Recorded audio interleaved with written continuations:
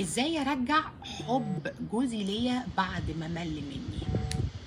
خلينا نسمع الحكايه من اولها. في منشط عريض قوي بسبب عدم الاعجاب. ايه؟ بسبب عدم الاعجاب. يعني ما بقاش في اسباب للاعجاب. ده اسمه نمو الحب. يعني لما اعمل تصرف او لما يكون عندي حاجة تسبب اعجاب الاخر ليا، ده بيجدد لهيب الحب، بيجدد اللهلوبة اللي جوه دي. طيب يا ستات، انا كست بيت مصرية عربية سودانية عراقية، اعمل ايه؟ قوليلي بالظبط اعمل ايه. طيب، رقم واحد، الثقافة. لازم يكون عندي محتوى. ازاي؟ يعني انا النهارده اشوف جوزي بيحب ايه، بيهتم بايه، بيهتم بالكوره، تمام، انا هثقف نفسي في الكوره جدا، هكون محلل رياضي، اقعد اسمع قناه اليوتيوب بسرعه اللي بتحلل الكوره واللي بتحلل كذا واللي بتعمل كذا. لما يقعد انا اللي بادر واقول له شفت كذا كذا، ده انا شفت على اليوتيوب كذا، رأيه كذا، سقفي رأيه، ما تقوليلوش رأي معارض. هيبص عليكي بصة كده اللي هو ايه، يا بنتي ده انت دقرمة، ده انت فاهمة اهو. دي حتة إعجاب، دي هتقلل الملل جدا. لما مثلا يكون بيحب السياسة، خشي برضو على قناة سياسية على اليوتيوب. أنا شخصيا بتابع قناة سمري. القناة دي بتديني معلومات واضحة وصريحة. أنا ماليش في السياسة، لكن دايما حتى لو حد قاعد يتكلم قدامي على الأقل بعرف أعلق.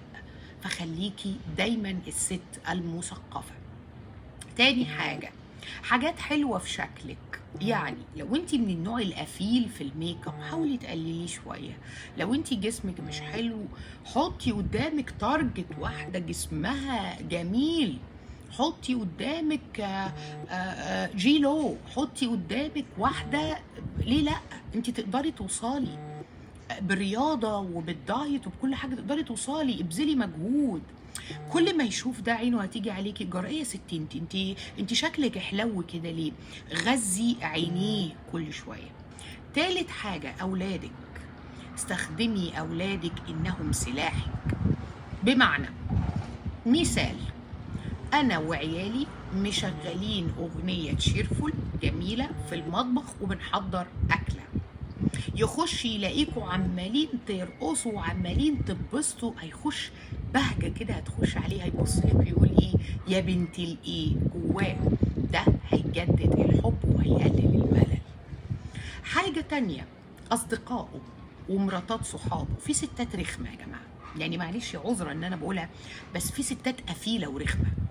يعني انا ممكن اقابل كابل ابقى شايفه الراجل قد ايه تشيرفول وقد ايه مبسوط، ومراته عماله تصغر وعماله تعمل لا ده عيب، لا ده غلط، لا ما نلبسش، لا ما نعملش، فبالتالي ما بيعرفش يجدد. كونك ان انت تعملي تبديل للثقافات، تبديل للكلام، تشوفي كابل تاني قدامك ومعاملته، ده بيقلل جدا الملل بينك وبين جوزك.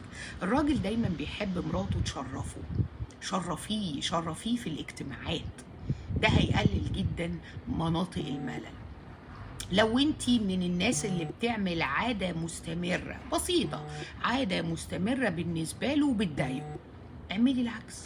ليه لا؟ بس اهم حاجة في كل اللي انا قلته ده، ان انتي ما تبينيلوش ان دي خطة ممنهجة للاستئثار بحبه، وانك انتي ست كل اللي فارق معاكي انه ما يبصش بره، وانك انتي ست مركزة معاه حتى اكتر من نفسك ومن اولادك. خلي نفسك رقم واحد. لما تعملي الكلام ده عشان تبسطي نفسك وولادك وتعيشي في بيتك مبسوطة، ده فعلا هيكون ليه تأثير طبيعي. لكن التأثير المصطنع دايما بيفقد اي حاجة قيمتها.